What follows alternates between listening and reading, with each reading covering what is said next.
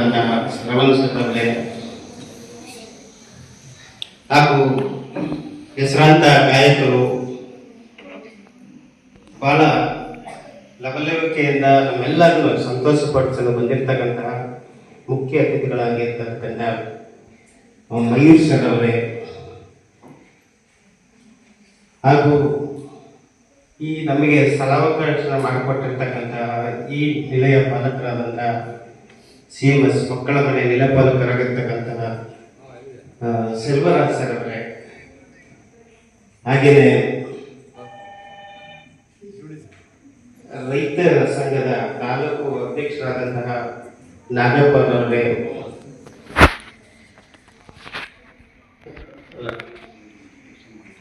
ಮೈದೀನ್ ರವರೇ, ಮತ್ತೆ ಅಬ್ದುಲ್ ರಶೀದ್ ರವರೇ, ರಂಗಪ್ಪ ನಾಯ್ಕರವರೇ, ರಾಮೇಗೌಡ್ರವರೇ, ಪ್ರಮುಖವಾಗಿ ಈ ಕಾರ್ಯಕ್ರಮದ ಪ್ರಮುಖ ವ್ಯಕ್ತಿಗಳಂದರೆ ಇವತ್ತು ಈ ಕಿರುಚಿತ್ರವನ್ನು ನಿರ್ಮಾಣ ಮಾಡಿರ್ತಕ್ಕಂತಹ ಅಬ್ದುಲ್ ಮಾಲಿಕ್ ರವರು ಮತ್ತೆ ನಿರ್ದೇಶನ ಮಾಡಿರ್ತಕ್ಕಂತಹ ನಮ್ಮ ಗೆಳೆಯರು ಆದಂತಹ ರಾಜೀವ್ ಅವರೇ, ಮತ್ತೆ ಇಲ್ಲಿ ಸಮಯದ ಅಭಾವ ಹೇಳಿರೋದ್ರಿಂದ ನಾನು ಯಾರನ್ನು ಹೆಸರಿಸಲಂತ ಬೇಸರ ಮಾಡ್ಕೋಬೇಡಿ. ಎಲ್ಲ ಗಣ್ಯರೇ, ಪ್ರಮುಖವಾಗಿ ವೇದಿಕೆಯ ಮುಂಭಾಗ ಇರ್ತಕ್ಕಂತಹ ಎಲ್ಲ ಶಾಲೆಯ ವಿದ್ಯಾರ್ಥಿನಿಯರೇ, ಇವತ್ತು ಬಹಳ ಪ್ರಮುಖವಾದಂತಹ ಒಂದು ಘಟ್ಟ. ಜೈ ಜವಾನ್ ಜೈ ಕಿಸಾನ್ ಅಂದ್ರೆ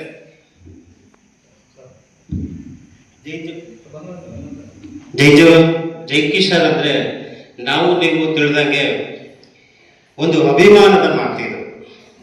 ಇಡೀ ಭಾರತ ದೇಶ ರೈತರಿಗೆ ಮತ್ತು ಈ ದೇಶವನ್ನ ಹಿತವನ್ನ ಬಯಸುವಂತಹ ಸೈನಿಕನ ಕೊಡ್ತಕ್ಕಂಥ ಒಂದು ಗೌರವದ ಸಂಕೇತ ಇದು.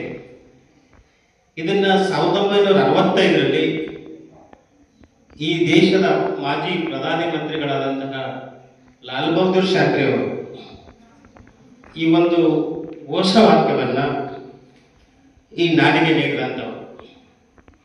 ಇವತ್ತು ನಾವು 80ನೇ ವರ್ಷದ ಸ್ವಾತಂತ್ರ್ಯ ದಿನಾಚರಣೆಯನ್ನ ಸಂಭ್ರಮವನ್ನ ಆಚರಣೆ ಮಾಡಿ ಆ ಕಾಲಘಟ್ಟದಲ್ಲಿ ನಾವೆಲ್ಲ ಇದ್ದೀವಿ.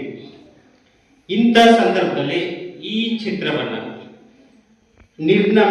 ನಿರ್ಮಾಣ ಮಾಡಿ ಗುಂಡ್ಪೇಟೆಯ ಈ ಗಡಿ ಭಾಗದಲ್ಲಿ ರೈತರಲ್ಲಿ ಇರ್ತಕ್ಕಂತಹ ಅಭಿಮಾನವನ್ನ ಬೆಳೆಸಲಿಕ್ಕೆ ಮತ್ತು ಸೈನಿಕರ ಮೇಲೆ ಇರ್ತಕ್ಕಂಥ ದೇಶ ಹೊಂದಬೇಕಾದಂತಹ ಅಭಿಮಾನದ ಬಗ್ಗೆ ಕಾಳಜಿಯನ್ನ ವಹಿಸಿ ಈ ಒಂದು ಕಲಾವಿದರ ತಂಡ ಅಂದ್ರೆ ಮಿಮಿಕ್ರಿ ರಾಜೀವ್ ಮತ್ತು ಅಬ್ದುಲ್ ಮಾಲಿಕ್ ಅವರು, ಮುಬಾರಕ್ ರವರು, ಇನ್ನು ಸ್ವಾಮಿ ಅವರು, ಇನ್ನು ಅನೇಕ ಕಲಾವಿದರು, ರಾಮೇಗೌಡರು, ಇನ್ನು ಅನೇಕ ಕಲಾವಿದರು ಸೇರಿ ಈ ಕಿರುಚಿತ್ರದ ಮುಖಾಂತರ ಒಂದು ಅಭಿಮಾನದ ಮೂಡಿಸುವಂತಹ ಕಾಯಕವನ್ನ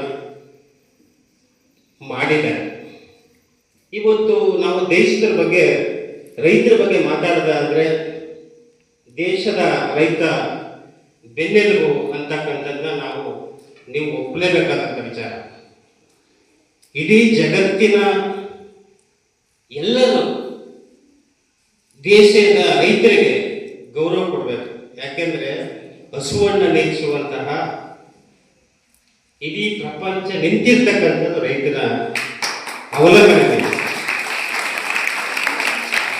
ಯಾವುದೇ ಚಳಿ, ಗಾಳಿ, ಮಳೆ, ಶ್ರಮ ಇಷ್ಟೆಲ್ಲ ಪ್ರಯತ್ನಗಳಾಗಿ ನಮಗೆ ಈ ದೇಶದ ಮಾನವ ಕುಲಕ್ಕೆ ನೆಮ್ಮದಿಗೆ, ನಮ್ಮ ಸಂತೋಷಕ್ಕೆ ಆಹಾರವನ್ನು ನೀಡ್ತಕ್ಕಂಥ ರೈತರ ಮೇಲೆ ನಾವು ಅಭಿಮಾನವನ್ನು ಹೊಂದಲೇಬೇಕು. ಜೊತೆಗೆ ದೇಶದ ರೈತರು ಅಂದ್ರೆ ಇವತ್ತು ನಾವು ನೋಡಿದ್ದೀವಿ, ಭಾರತ ರೈತರ ಮೇಲೆ ನಿಂತಿರ್ತಕ್ಕಂಥ ರಾಷ್ಟ್ರ. 70ರಿಂದ 80% ರೈತರು ಈ ದೇಶದ ಬೆನ್ನೆಲುಬಾಗಿ ಕೆಲಸ ಮಾಡ್ತಾ ಇದ್ದಾರೆ. ಅವರ ಶ್ರಮಿಕ ಜೀವನವನ್ನ ನಾವು ಯಾವುದೇ ಕಷ್ಟ ಕಾರ್ಪಣ್ಯವನ್ನ ಅನುಭವಿಸಲು ಸಹ